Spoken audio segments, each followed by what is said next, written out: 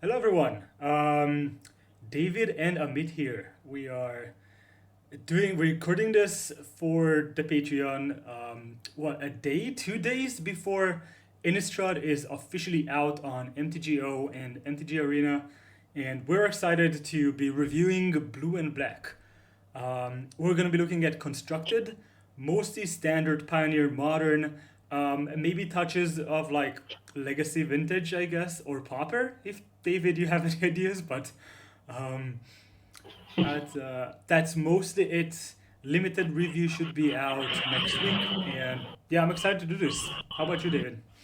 Yeah, I mean, I love Innistrad. It's one of my favourite sets of all time, and there's a lot of cards across all the formats, so it should be good. Awesome. So on the screen here, you should see the blue cards. We're gonna starting from this, just going over them by alphabetical order.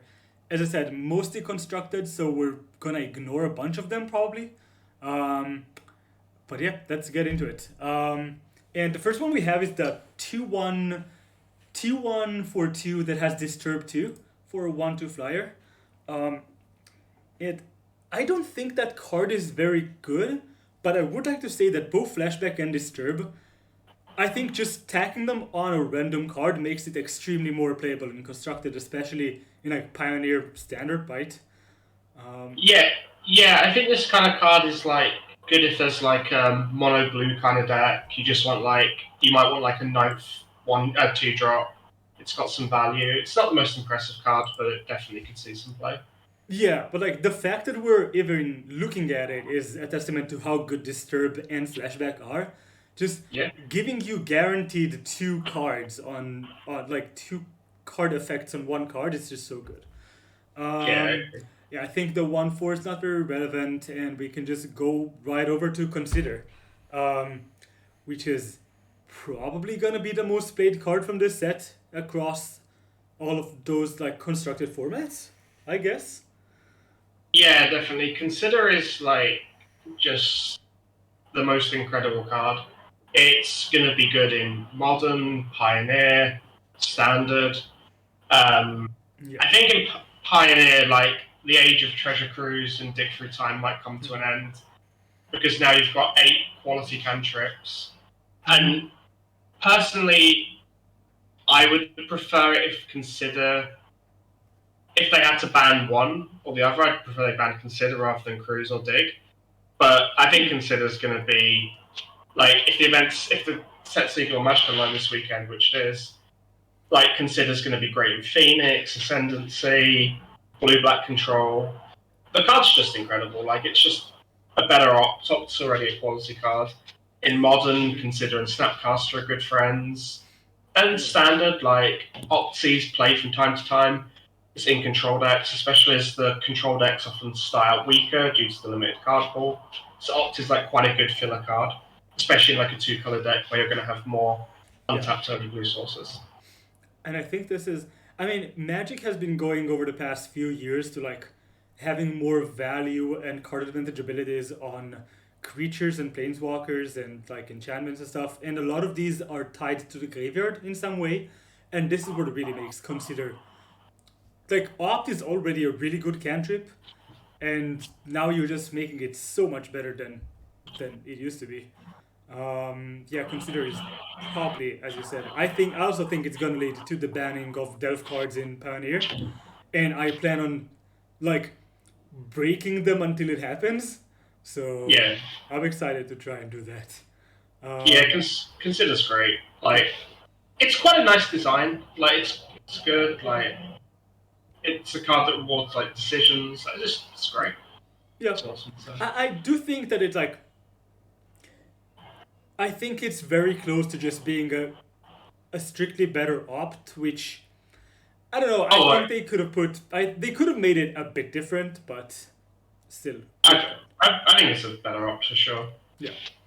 Like maybe not on like true control decks for standard, but the card's very good. Like Yeah. I'm excited to play that one.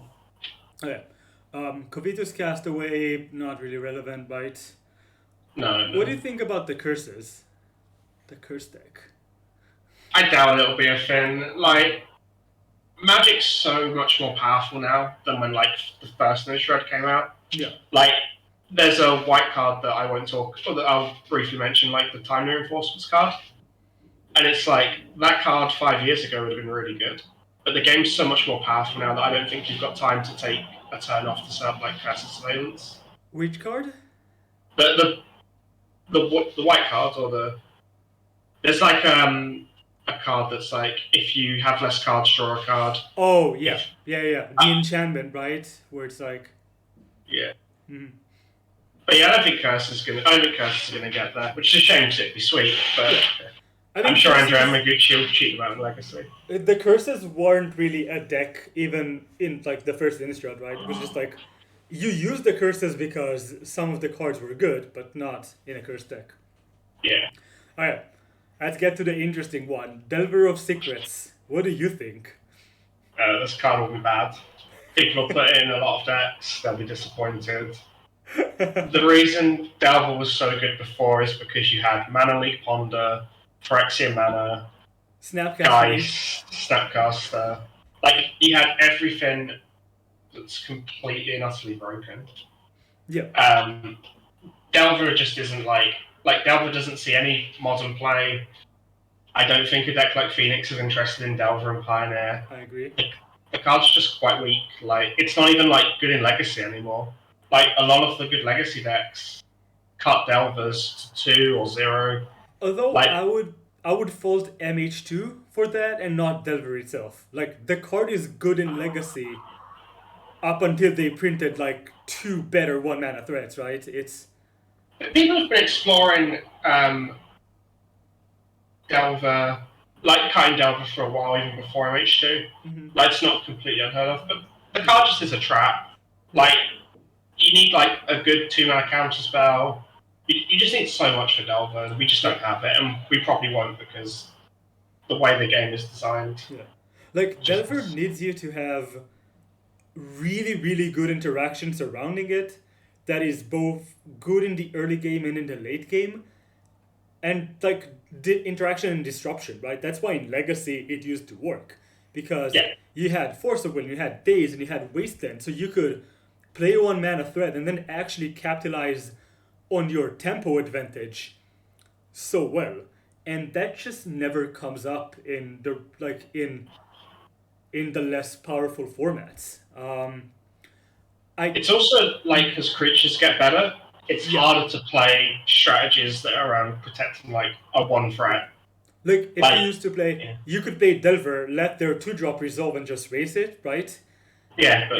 and now their 2-drop, it probably just kills you on the spotters. Like, it is a really good point. I do think that if Delver sees any play in like the new formats, in Pioneer I could see it seeing play in a Rogues deck, or maybe a new kind of blue-red deck. But that's like a slim chance, I think. I'll try it, I'll give it a shot, but don't really think it's gonna work out. Yeah, I'm not too confident either. Mm-hmm. And then we have Devious Cover-Up, which is a very good limited card, but we'll get to that next week. Dissipate, I think, is low-key very important for Standard, though. It's very interesting, like, as the resident cancel caster on our team. Mm-hmm. I think that, like, it's actually close between this and the one from the D&D set. Because, like, having a counter spell that can loot is actually quite powerful, even though looting is card disadvantage. Like, they do... Oh, that one. Yeah, the one where it says, like, either you counter a spell or draw to discard one, right? Yeah, discard 2. Draw 2, discard 2. Are you sure? I'll look it up. Oh, yeah. Yeah, I promise. I played lots of that one. Oh, yeah. Dissipate, like, it does, like, really quality, like, flashback cards. Yeah. Like, the problem is, like, with Dissipate, like, cancels just aren't very good. Yeah. But, like in Standard, they do end up seeing play in control decks if those exist, right? But, like, I feel like cancels getting more and more pushed out, and you need to rely on stuff like Disdainful Stroke. Yeah. Like, because... I mean, Dissipate could see play, wouldn't surprise me. Yeah. And I think that the fact that this exiles in the Disturb flashback set.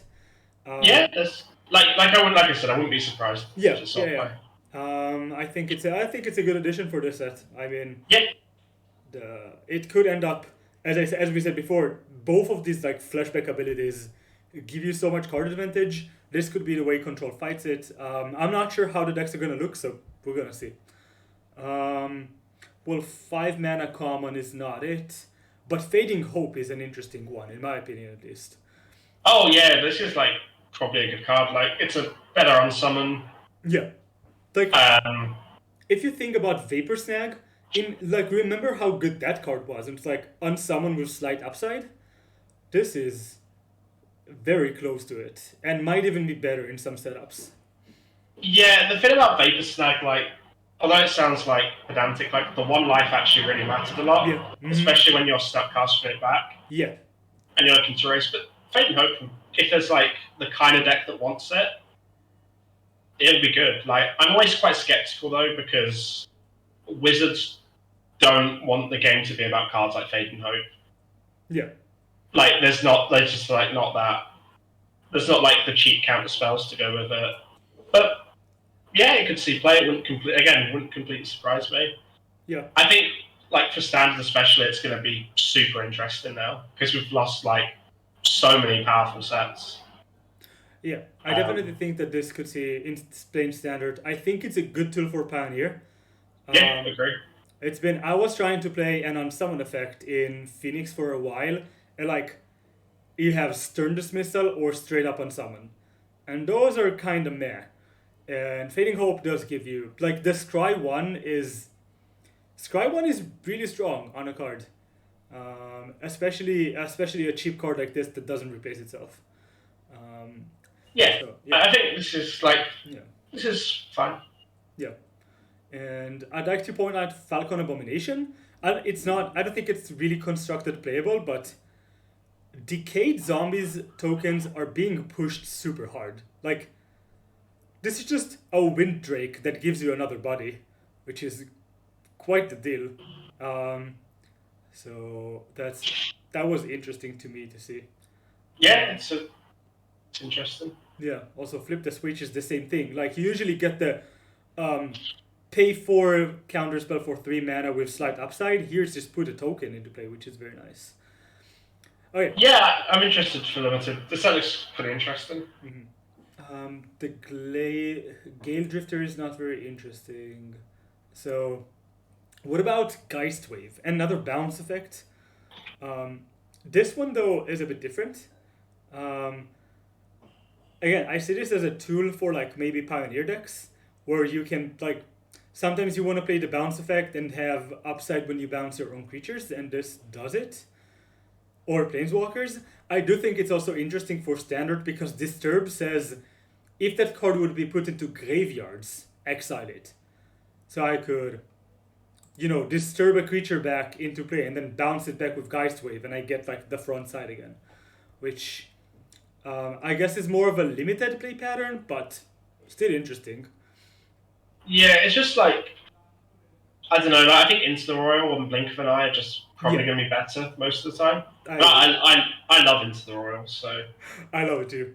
Yeah, it's mad how much play that card saw back in original Zendikar. Like, it was really good. Yeah. But this card's fine. Like, I'm not.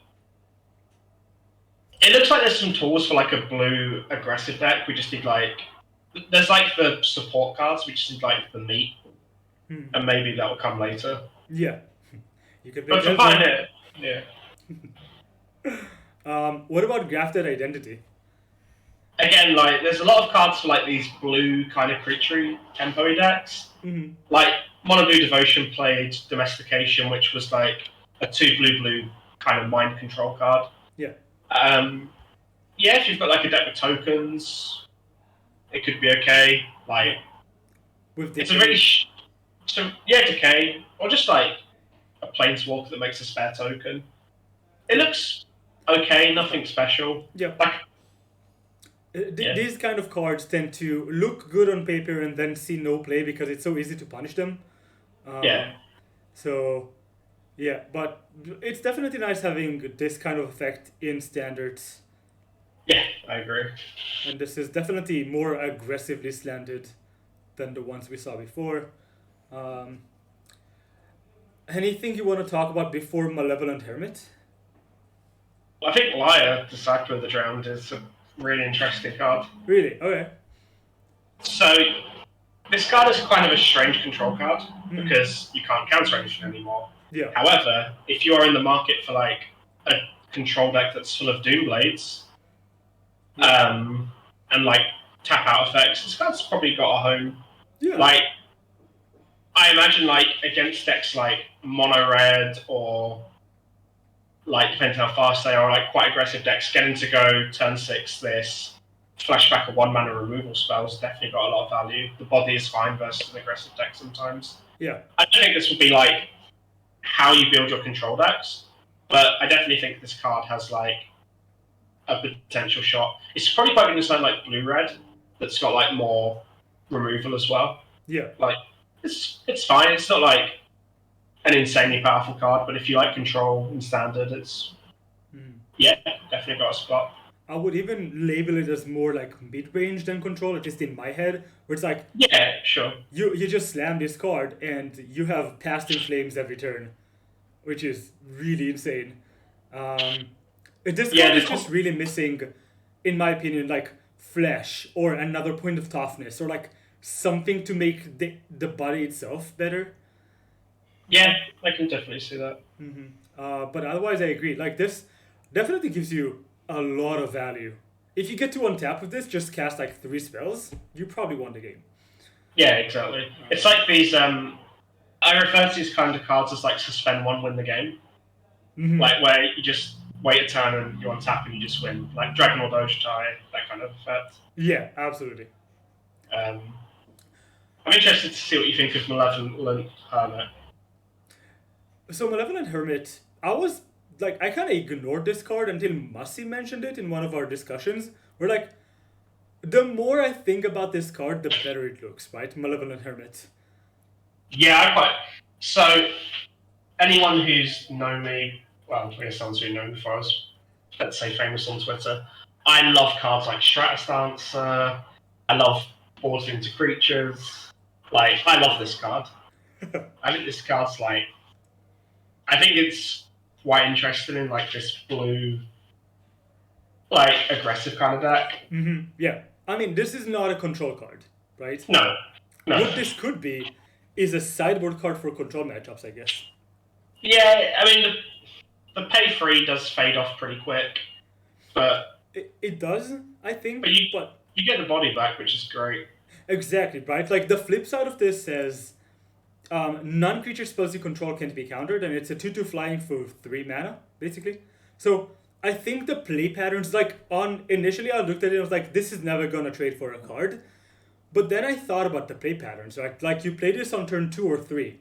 Your opponent either kills this or like changes the entire way they play around this. And then once you get to like trade this to like tap their mana so you can resolve something, you can even get like the flip side of this. And then suddenly their counters don't do much. This looks really nice. Yeah, I think so too. I think it's a good design. Yeah, it's a solid card. I think it'll see some play. Yep, I definitely think it's gonna see play. I don't know if it's gonna see play in like Pioneer. I definitely think it's gonna see play in Standard. Like this card, I really like this design the more I look at it. It's really neat in my opinion. Yeah, for sure. And then up to the next card, which is quite a strong one, Memory Deluge. I think we both love this card, right? Yeah, it's ridiculous. Like it's a start of making control playable. Like you can't build your control deck to just trade 1-for-1 forever. Those decks just aren't viable anymore. Again, because if you think about like any green deck in standard, they're just gonna have Ranger class. And that card is from the D&D set. And you can't just trade 1-for-1 versus Ranger class. So Memory Deluge starts off as like a Glimmer of Genius, which was already a really solid control card. It's actually a better Glimmer of Genius, right? Yeah. You get to scry 4, choose 2 of them. which Yeah, is not exactly. quite Scry 4, but it's better than Scry 2, Draw 2, right? Yeah, the card's like this card will definitely be like the glue of all your control decks. I Like, agree. I'm probably going to play the standard challenge with like 4 of these this weekend. I'm definitely on the more aggressive side of things for standard for now, but we need to discuss deck lists at some point. Yeah, I'm sure I'll get crushed by Gruul all weekend, but that's okay. Yeah. But yeah, this card is like really, really priced to move. Like, and a good thing if in Pioneer, if they did ban Dig and Cruise, decks like Blue Black would really want this card. Yeah. Like, this is it's very bad with Torrential Gear Hulk. Don't flash about with Torrential Gear Hulk. You'll be very disappointed. Or Snapcaster in Modern if you're inclined. But this card is, it's great. Like, it's exactly what you controlled at once. It's an early 2-for-1. It's a late 2-for-1. It's reasonably costed on both sides. Yeah. I'm a big fan of this kind of card in standard. Yeah, I love this. This card's really good. I love the design. It's everything about this card I think is well designed, which is a really nice thing to say about this. So that's really cool. What is this mysterious stone thing? That's not very interesting, is it? No. Ominous Roost. I mean, I guess the next one we're gonna talk about is Otherworldly Gaze. Possibly. And yeah, maybe it's good. I mean, there's a lot of these effects now. If you like Prized Amalgam, yeah, I mean that's about it, right?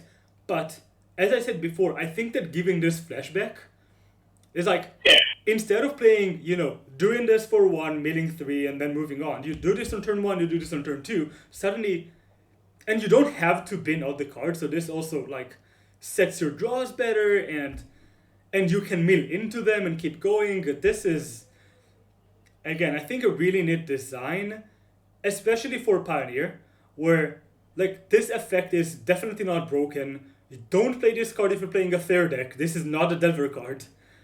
yeah. But if you are in the market for mill effects, well, that's a pretty good one. Because You have a lot it's both of this enabler and like payoff-ish for milling yourself. Yeah, it would be cool if this card was good. Like, I think Prized Amalgam and like Elder Deep Fiend and that kind of shell is very, very. It's a very exciting shell to exist, and maybe this can get there. It's not the kind of deck I'm particularly good at building. But you've got Narcomoeba now as well, which is another interesting route. Like, someone will probably top 8 a challenge with this in Pioneer at some point. I mean, that deck was a thing a couple of years ago, right? Like, people were playing Grizzly Salvage and Mulch and Stitcher Supplier to fuel out Narcomoebas, Amalgams, and stuff, but that deck was 1, very inconsistent, 2, just super vulnerable to graveyard hate anyway. Yeah. But now you get both this card and in green you have like the new sort of like Grizzly Salvage with flashback, which doesn't hit lands on the creatures, but the fact that you get 2 more of these cards with flashback, I think might put this over the top. To at least be, playable. No, that'd be a cool deck to exist in Pioneer. Like, it doesn't sound overpowered. There's good graveyard hate. Yeah, maybe. I'm a little skeptical, but I wouldn't be completely surprised if you told me it was a deck in 6 months. Yeah, again, I don't think it's gonna, rule the format, but I think it's gonna be playable now, which is nice. It's been a while since that deck was playable. Patrician Geist. I feel we're the wrong members of TAC to talk about this card, but as someone who spent their life getting farmed by spirits, I'll do my best. I mean, if I can speak for Draft for a second, this is probably just strictly worse than Empyrean Eagle in Pioneer. Yeah. You might be playing a couple of these just to give yourself more lords. Otherwise, I mean, it's kind of meh, right? Yeah, it's a 3-mana 2/2, which is like. A 2/2 is actually pretty bad versus Bone Crusher Giant. I mean, it would probably be bigger, but if you need like another Lord, it's there. Not too much to say. And it's pretty hard. What do you think about this for like standard? I no idea if there's enough spirits. That's I think the deciding factor, and we probably need to wait for like the next Innistrad set, for this to possibly be good. I'd agree with that. Yeah. Okay. Okay. Now is one of my favorite cards in the set so far. It's Puppet's Teacher. So, well, this card has a lot of text. Oh, this only flips at the beginning of your upkeep. It makes it a bit worse than I thought this was. So basically, whenever you cast instant or sorcery, you make a 2/2 decayed zombie token. And this is a 2/3 for 3, which is quite cheap for, making 2/2s, but they are decayed. The flip side though, if on your upkeep, if you have 3 or more creature tokens, not zombies decayed, just tokens, flip this, and then it just becomes an artifact that makes all of your tokens lose all abilities and just become 3/3s, which means they're not decayed anymore. I think this card is really good. Interesting. Hmm? I think it's like okay, but I don't really see a home for it. Yeah. But it's really cool. It's the kind of card I love. Like, Yeah. I think that this card is gonna, again, the problem is you need to find a good shell for it, and these type of cards tend to be pretty awkward because when you're playing a bunch of instants and sorceries, you don't necessarily want, a Puppet Teacher in your deck. You might want to be a control deck, or you might want to be a more tempo-ish deck, and this kind of falls in between those. But I do think that the effect is really good, and I think probably the way to make use of this is to use other tokens as well. Can't tell you which tokens. I still need to look into it. That's going to be quite the research to do. But in general, I think this has potential. Again, the fact that this only flips on your upkeep, which means you have to untap with this. You can just play this and then it flips if you had tokens or something, is worse. I still think this is really interesting. Yeah, I do too. Again, it's like one of these secret 4-drops in disguise. You want to play it with a Consider as backup. Yeah, exactly. Let's get some value. The problem with that though is the 2/2 zombie just isn't very good because it's it just drains them for 2 and that's it. Yeah. So you need quite a lot of setup. Mm-hmm. I guess if there's a token, a blue-based token stack, yeah. Those kind decks usually blue-white or blue-black maybe. Or, even blue-green if you have some creature tokens, or blue-red with, goblin tokens or something could be good, right? Yeah, I'm not so sure about this card. Yeah. I like the design, but I don't think it'll get there, sadly. That's interesting. I'm gonna try and make it get there, for what it's worth. For sure. Alright. So, Secrets of the Key is, on its face, not a constructed card, but I do think that making artifact tokens and having flashback, being an instant, being cheap, has potential to see play in some creativity deck or something if you're into that kind of thing. Maybe it's a piece for the creative deck in Pioneer. Yeah, exactly. I'm not saying this card is gonna see play, but it could be a really important tool for some decks. Yeah, I think it's the creativity deck. We actually had what's it called? There was TM was playing a paradoxical outcome side deck, and this doesn't quite go with either of those, to be honest. But Inspired Statuary is a card that gives all your other spells what's it called? Not convoke. Improvise. Improvise. Convoke with artifacts, and this could be played there. It's an interesting tool to have. Next one, I'm guessing Sludge Monster is the next one. Yeah, it's really big. It is. It's very, very big. And it gives me Oko vibes, right? It's comes into play, make your good creature a 2/2, no abilities. Of course, when this dies, the creature also the counter itself doesn't do anything, right? That's a big problem. Yeah, it is. But it's still this type of card, as you said, where if you get to untap with this, this dominates the board usually. Yeah, I think in standard the big competition for this card is Innistrad Desert Doom. That's a good point. That's a really good point. Like, if we end up talking a little bit about what some constructed decks might look like I think that in standard, all the blue decks are going to play 3 or 4 of the Desert Doom card, and you're going to build your decks around like doing something good on 4 to answer their board, making this dragon that they probably can't kill, and then much like Esper Dragons from years ago, just attacking with a dragon and like riding that to victory. Good. So I think it's like probably isn't there yet. Okay. Unfortunately. Yeah, but I can see that. What about the Spectral Adversary? It definitely looks to me like the weakest of all the adversaries, just because the advantage you get on escalating this is quite minimal.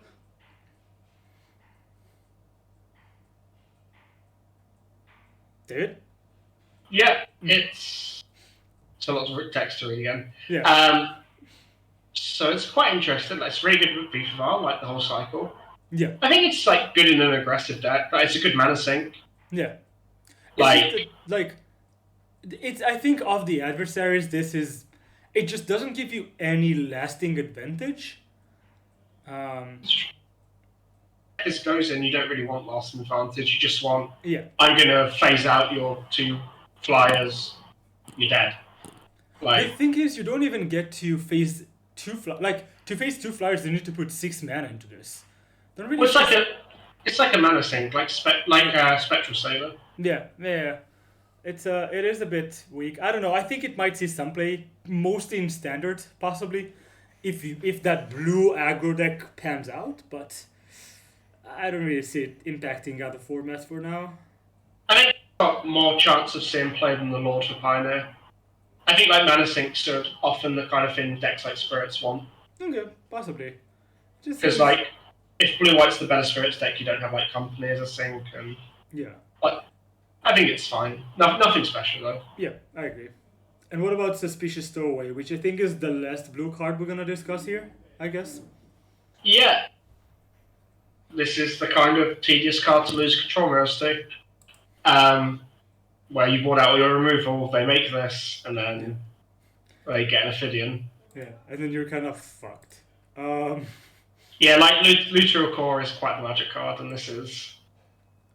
Yeah, and this turns into, like, the fact that even the flip side just says can't be blocked, and just straight up draws a card is pretty surprising, to me at least. Yeah, I'm a big fan. Like, if this card is good in standard, I'll hate to lose to it, but be happy I'm playing Mirrors where it's good. So, yeah, I quite like it. Yeah. I like this kind of effect. Yeah, I like it too. I'd just like to say that, like, I argued with Mossy about whether this card in Pioneer is better or worse than Jace Range Prodigy, which I think is a really interesting comparison between the two. They kind of go online at roughly the same time, but they do different things. I do think that this is really interesting for like the Curious Obsessions deck, where just having this creature that like cheap creature that gives you value, and then sometimes you can just enchant it, run away with the game completely, could be nice. But yeah, just a really interesting card, and these are basically the blue cards we want to discuss, right? The rest of them are not really playable. Yeah, so I guess overall, like, the big winners from blue are Consider and Memory Deluge. Yeah. Like, yeah, I think it's blue's looking pretty okay. Notably not many good flashback cards, right? Yeah, like, I really would like to see a Think Twice reprint. I think that would actually be very good for like Pioneer and Standard. We actually kind of got it in like Siphon Insight, the blue-black one. Yeah. Which I found out could actually let you play Lens, you steal, so I'm quite high on that. Yeah, that card's interesting. That card's going to be cool for Vintage as well. But we'll move on to black. Yeah, let's move on to black. Yeah. Oh, this is flipped. We need to flip this back. Okay. Let's start. So I guess the first constructed playable card here would be Bloodline Culling. Yeah, this is quite a strange card. I agree. So this is a good lesson in versatility, not always equal in power, because paying one black for a sometimes murder is like not really where you want to be. And then like the Infest is only for creature tokens. It's probably a sideboard card against tokens decks. But it's not good enough like as a main deck card for like your control decks. At the moment, unless it's like a tokens deck, it does sweep up stuff like Ranger class, which is good. But yeah, I'm not seeing it. Yeah, I do think that like this card, I love the design. Again, it's definitely not a strictly better card than something else, right? And sometimes -5/-5 is better than murder if you need to kill like indestructible stuff. But straight up weird design, probably a sideboard card like you said. I just agree with your analysis of this. I'd like to give an honorable mention to Blood Pact. It's just like Divination Instant always has the possibility of seeing play. Nothing special about this. But again, really good tool for like, I don't know, black control decks or something if those ever come up. And then we have Champion of the Perished, which, first of all, best name in the set by like miles. I really like zombies. I like zombies in cube, so this is like a great card for like if you want to support that kind of thing in cube. I know it's a bit casual, but it's really cool. It's probably not there for standard yet. I was actually looking up standard zombies, and they're like, it's super weird because you have some from Kaldheim, but they're like, some of them are really defensive and really expensive, and it's like, maybe at some point we get a zombies deck in standard, but very unclear if Champion is even a part of this, if that ever comes up. You do have, like, if you look up zombies in future standard right now, you do end up with like 3 good 1-drops and 2 good 2-drops, so you're not that far off of it. Yeah, like, I think in Pioneer it's interesting. Like, Crypt Breaker is a very powerful card. Hard to beat that. Like, this is very good with, like, Crypt Breaker. Black has a really cool thing in Pioneer where you can play a lot of bad decks, but you've got Thoughtseize and Fatal Push, so it doesn't matter.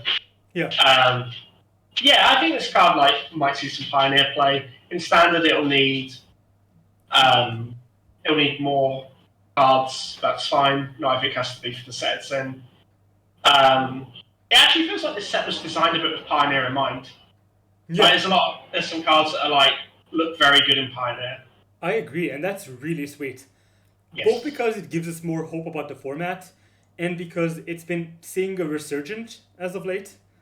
Resurgence. I think when COVID is over and we'll get Paper Magic back, people are going to be like, oh, I can't really buy €200 worth of Ragavans in one lot. Yes. So, but I do have these like Thoughtseizes and Fatal Pushes, and I can play Pioneer. So, not to soapbox about Pioneer too much, but like, I think that this card like definitely has a home in Pioneer. Maybe even Modern. Like, there's a lot of good zombies in Modern. Actually, that's true. I didn't even think about this for Modern, but this is the type of card that can take a deck from a meme to actually good. Yeah, like, I'm not sure about current Modern because it's so powerful, but redundancy is really important for your aggro deck. But yeah, I think it's got a shot in Pioneer. Might need a few more cards for Standard. I think it's interesting, like a really interesting card. Absolutely. And while we're on the zombies note, I kind of dismissed Crawl from the cellar at like when looking at it for the first like few times. The more I look at this, the more I can see this card seeing some play in Standard or Pioneer Zombies. Because, again, like this type of effect, Raise Dead is nothing to be excited about, but Raise Dead with Flashback that can actually affect the board, this is, I think, closer to playable than we might initially think. I think for Standard, like if there's a Zombies deck, it's probably fine. Yeah, And it could be again a sideboard card for the grindier, like when you're playing zombies in Pioneer versus a creature deck and you're trading a bunch, and suddenly Yeah. this card gets you like ahead on board and gets you a card back and has flashback. And it's like you can often get something back and replay it on the same turn. Um, like the more I look at this, the more I like the look of this design specifically, just because Raise Dead with flashback is already inherently card advantage, right? So, and that's just pumping creatures on board. Really nice. Yeah, I think it's a good shot. So, do you want to talk about the curse for a second? I don't think there's much to talk about, honestly. Yeah, it's too slow against like a red deck. Yeah. And even you can't play this card because you either want it to be a curse or to be a creature, and that's like I don't think there's any one deck that wants. It feels too vulnerable. Yeah. I love the design. It's another sweet design, but not constructed playable. Well, Duress. This card is a new card. Just kidding. Duress is great. Yeah, Dress is like awesome to have around for standard. I don't like, even though I usually didn't want losing to it, I don't like formats where it doesn't exist. Yeah, it's great. Dress is awesome. And also, Eaten Alive, I think really important for Pioneer. Yeah, it's a better Spark Harvest, right? It's a better Spark Harvest, and again, exiling, as we said, the fact that now you don't have to play Legion's End specifically to handle an animated Darksteel Citadel, for example, really huge. Spark Harvest was always a great card. That's good for red black. That's really good for a red black. Yeah, exactly. That's a really good red black card. I love it. I mean, again, it's like Consider, where I'd say you could have maybe done this a bit more differently than Spark Harvest, but whatever. I'll take the upgrade on the card I used to play in the past. Yeah, I think that's fair. Yeah. Yeah, the Ecstatic Awakener could see play in standard, theoretically. Though again, it's like it's very slow. It is very slow, yes. I don't actually think it's gonna see play. It's just interesting. And then the Ghoulish Procession is. Oh, I like Foul Play. Oh, you like Foul Play? Okay, hit me up. If there's like White Weenie, that kind of deck, then Foul Play's like it's an okay sideboard card. Mm-hmm. Like it's fine. It might see play. I think it's like the best one of these effects for a long time. Yeah, I mean, it's definitely cheap enough. And as we said about Flashback Disturb, getting the extra card tacked onto this is a huge upgrade for playability. Yeah, I agree. What do you think about Ghoulish Procession?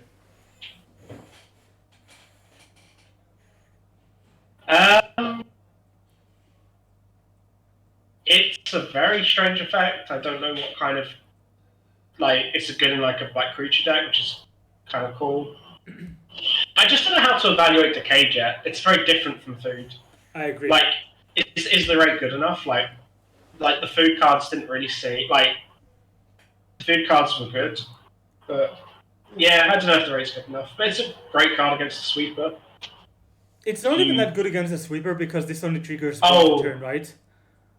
But it triggers once each turn, so I think this card, like, this could be good if you're playing a sacrifice deck. Yeah. And then you can, like... But this is only non-token creature, yeah. Again, I think Decayed, clearly Wizards value a Decayed 2/2 zombie as less than a card. Less than like a full card. I think the key to using these cards is like, again, sack outlets, just making the body itself matter. Like Ghoulish Procession is probably not going to see play because of Jadar, if that effect ever sees play, but super interesting. Yeah. The fact that this triggers on each turn gives it more playability. Definitely a card I'll be looking to break if I can. And then we have Gisa? Yeah. You just find out, I imagine. Yeah, it's quite interesting. I don't know. I think it's probably worse Kalitas. Mm-hmm.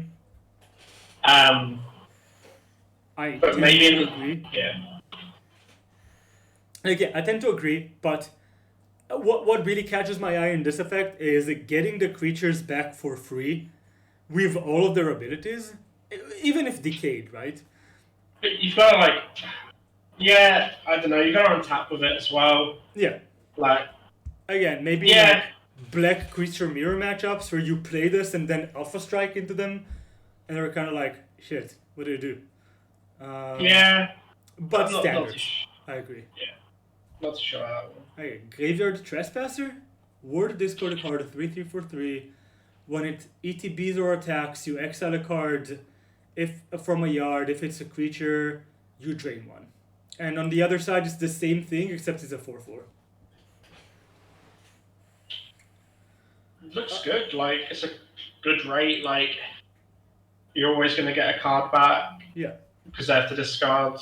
Yeah. Yeah. If you need to exile things, I think it's pretty reasonable. Yeah. Probably a standard card. Yeah. Like, the body is not impressive enough to be a Pioneer or better card.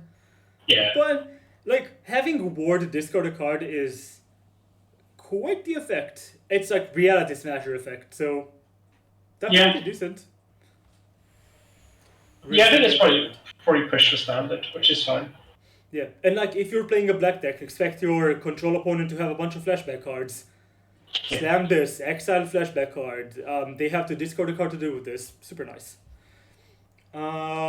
Infernal Grasp.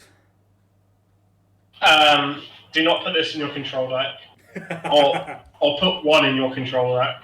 And that's fine. The message here is losing 2 life is quite the cost.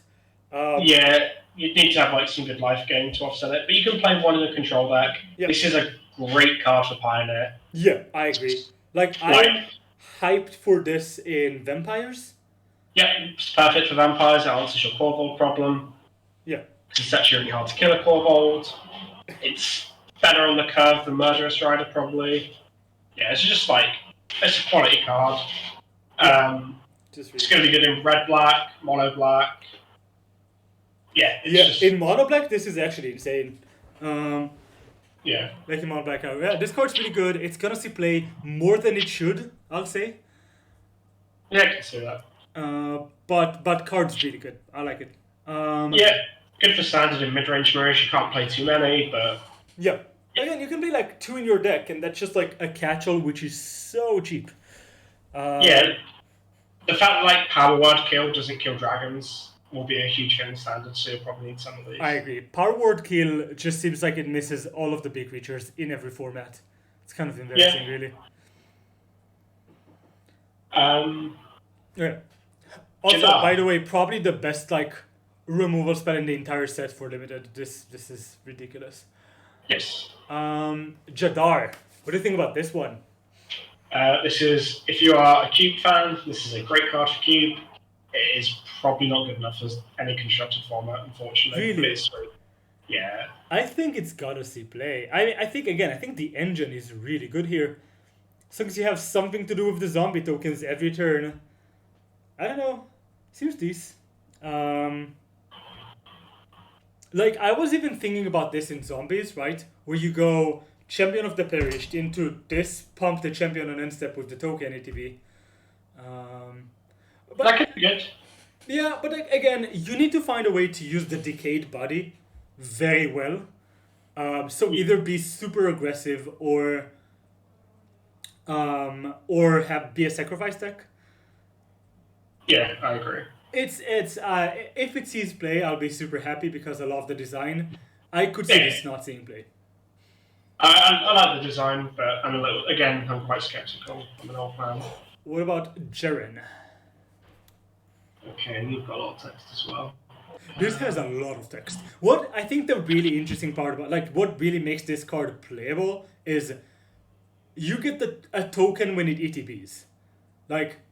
This is 3/4 stats for 3 mana on face level, which is just a really good start.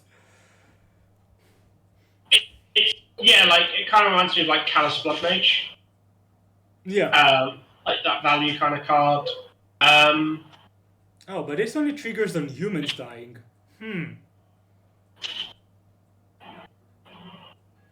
it's probably fine for like this black kind of mid-rangey deck. Like, you're not really looking to transform it on 13 life very much. I don't think there's ways to set them up. Yeah, I'm not really convinced. Yeah. I think if it any like again, I think Jadar and Jaren go into the same deck possibly. Yep. If that deck even exists. Like the flip side is good, but even the flip side is like it's not a Griselbrand, it's not or Ormondale, it's not like win the game on the spot. And you need to pay mana for this. So you're like pay 60, don't kill it. You get to on top of this, and then you have a sack outlet and a really big body. It's I'm not a believer like you. Lord of the Forsaken, Mask of Griselbrand. Are either of these gonna see play? No. I mean, I'm gonna put Lord of the Forsaken in my commander deck. Sure, yeah. Love it. It's very powerful. But yeah, no, these aren't for us. Whenever one of our creature dies, draw a card. That's a bit expensive. This is not a good card. This is not a good card. Novice Oculist is again like sack deck. If you want fodder, this could be it. Although these decks tend to like creatures that die and put creatures back, not creatures that die and draw cards, but still. Yeah. Rotten Reunion is a card I want to mention because the artwork is sweet. What? The artwork is really cool. The what? Oh, the artwork. It's based on a classic American painting. I'm sorry, I didn't get that. Okay, one sec. So, like, the artwork is based on, like, a classic American painting. Oh, okay. So, send it to me in Discord or something. I'll take a look. But what I like about this card is it says exile up to one card, so this could just be 2/2 zombie decayed with, like, instant speed. We have cheap flashback. Again, decayed zombies are not very good. What is this? Yeah. Oh, this is really nice. I love this. Yeah. Again, this is probably a sideboard card, but imagine in Pioneer, like, your opponent plays Narset, and then you just go end step, Rotten Reunion, exile your, I don't know, whatever from the yard, attack it down to 1. It's probably not good enough, but I like I like the thought. Yeah, I just think, like, the 2/2 the decayed zombies aren't going to get there. Yeah. What about Slaughter Specialist?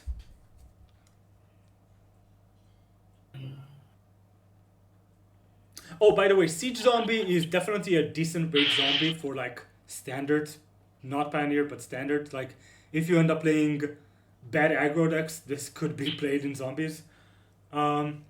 Slaughter Specialist is definitely a weird one. Yeah, it's probably not what you want to be doing. Yeah, I'm afraid that like giving your opponent a creature is just a really big downside. Yeah, it's just not there, sadly. Yeah. Like the whole Haunted cycle was, you have to be doing something broken with the Haunted cycle, like killing them with Dragonstorm or Yeah, no, but this is like the Haunted cycle was designed in such a way that like you always give your opponent a similar amount of power, right? Yeah. Here clearly like Specialist is undercosted, and the token is not very significant. I could see this being a sideboard card, honestly. Yeah, it wouldn't surprise me. Yeah, like even for a black like a control deck or a mid range deck versus an aggro deck, we're like, yeah, you can get a 1/1, but my 3/3 is big enough to like stop other creatures or something. Could it just depends what the aggro decks look like. Like I'm fully expecting like Gruul to be the good aggro deck, and like you don't want to play this card versus Gruul. But you do want to play against White Weenie, for example. Yeah. Like even against White Weenie, the creatures are big enough at this point where a 3/3 is not a brick wall, so this is probably not good enough.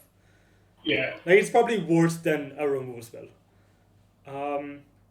Okay, Tainted Adversary is I like it a lot. Again, just because if you look this as a 5 mana card, this is 7 power over 3 bodies. It's everything is a zombie. You get to use the tokens if you want. This has Death Touch, a lot of toughness, super nice. Definitely think this is part of a a zombies deck in standard and in pioneer. Yeah, I can definitely see this being good. I'm a little lower on Decay than you, it sounds like, Yeah, but we'll see what Decay plays out like. It's quite an unusual mechanic to imagine. Food is like much easier to imagine, like how stuff like food plays out, I think. yeah, I agree. But yeah, I think this is like it's a solid 2-3 Yeah. for 2, which is not the worst rate. Yeah, I think it's got a shot. I Definitely. think what really gets this, again, what really appeals to me in this card is you get to play it late and just flood the board. Like at the point in the game where your opponent probably has some kind of board set up, so you're like kind of suicide attacking anyway, right? So this is kind of a way to like close out the game, kind of like Liliana's Mastery, right? And if you can find some kind of pump effect for the zombies, it just makes this so much better. And well, that's a really big upside. You can play this with lures. Oh, that's cool. Yeah, right. Like you play this, trade it, replay it with lures, get zombie. Like this is what I like the most about the adversary cycle, to be honest. Yeah, they're all tailor-made to play Lurus, which is good. It's nice to see that Lurus is getting some competitive support. Yeah, I mean we haven't seen that card see a lot of play, so it's nice. It's nice having the option. I think the last card is the Midhook Massacre. I love this card. Okay, This is why? Because I don't get why people like this. because if you play it for free as a 5-mana sweeper, in some matchups it's going to be great. You're going to get some life back, and then it just says all your removal spells have like a bit more value, which like a control deck wants, a mid-range deck will want this. Mm-hmm. It's not probably like a 4-off, but I think it's got a place. It's the kind of like you're playing it for the game one, not the losing one. That's a really good distinction. Also, by the way, playable with lures. Just mentioning. Oh wow, that's so cool. And it's legendary, so you can yeah. That's really cool. Yeah, I don't know. I mean, I just don't think that 5 mana, -3/-3 is good enough. Usually, I can see this thing play, especially in standards. Like if you need, this definitely solves some problems. I like it for standard. Yeah. I can see that. Because I was initially looking, like, I saw people hyped about this for, like, aristocrat decks, which I just don't see it happening. I think for a mid-range or control deck, this could be good. I agree. Yeah, it's an interesting raft. Like, you're not going to play loads of them, but yeah, I think it's... I think with standard, like, the thing to... Like, this is always true when we have, like, the big rotation. Like, everything's kind of changed. Mm-hmm. And the thing about Strixhaven, the D&D set, Battle of Zendikar, and Kaldheim, is they're all quite low-powered. Mm-hmm. Like, they've got some good cards. Like, the good cards from Kaldheim are, like, Tybalt, Esker's Chariot, yeah, and... Like, Esker's Chariot is just, like, beating allies Zendikar. Yeah, I saw a Yeoman 5 deck playing the new, like, bigger company. Okay. And it was playing Chariot. I was like, oh, now I'm actually excited about this card because hitting Chariot is just so good. Accompanying into it. Yeah, sorry, go on. Yeah, I think that, like, hopefully it's a, like, fresh format. There isn't as much, like, there's not as many, like, oppressive cards. I'm a little worried about Esker's Chariot because it's really good rep. And Ranger class, right? Yeah, and the dragon, like, which dragon? Goldspan. Oh, yes, that one. But, like, there's answers to, like, Soul Shatter's a great answer to all of this. Yeah. But I think Standard looks to be in like a good spot. None of these sets are particularly overpowered. So yeah, I'm hopeful to see like I'm hoping the Standard Challenge this weekend is like really interesting. I want to play it. I really want to play it. You can get like the all access passes. So I imagine there'll be a lot of people playing Standard this weekend. Yeah. I think Mana Traders should have the cards available for me on Saturday, by Saturday. Yeah, I think so too. So planning on doing that, and Pioneer on Sunday for sure. Yeah, I'll probably play Pioneer on Sunday. Might be running zombies in Pioneer. I'm pretty excited about that. Yeah, I really like I can't remember the name. The one that makes zombies.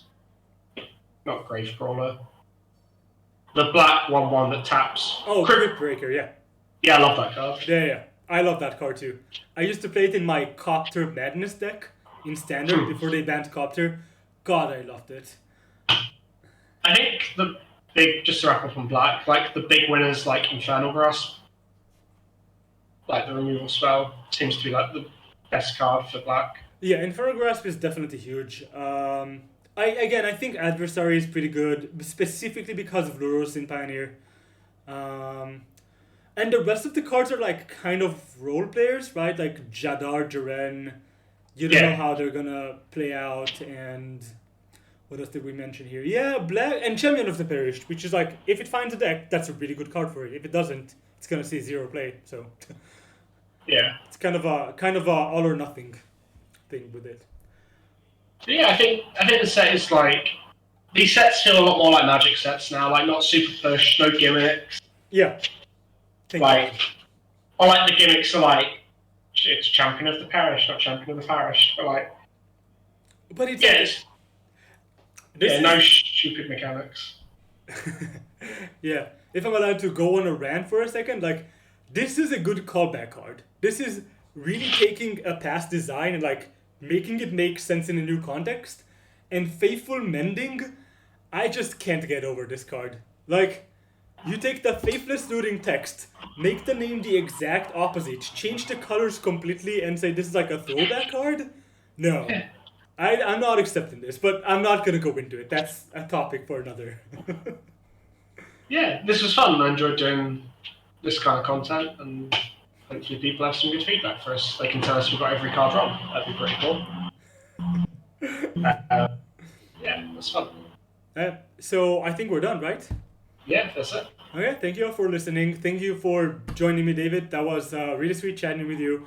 I am excited for the new set, for the new formats.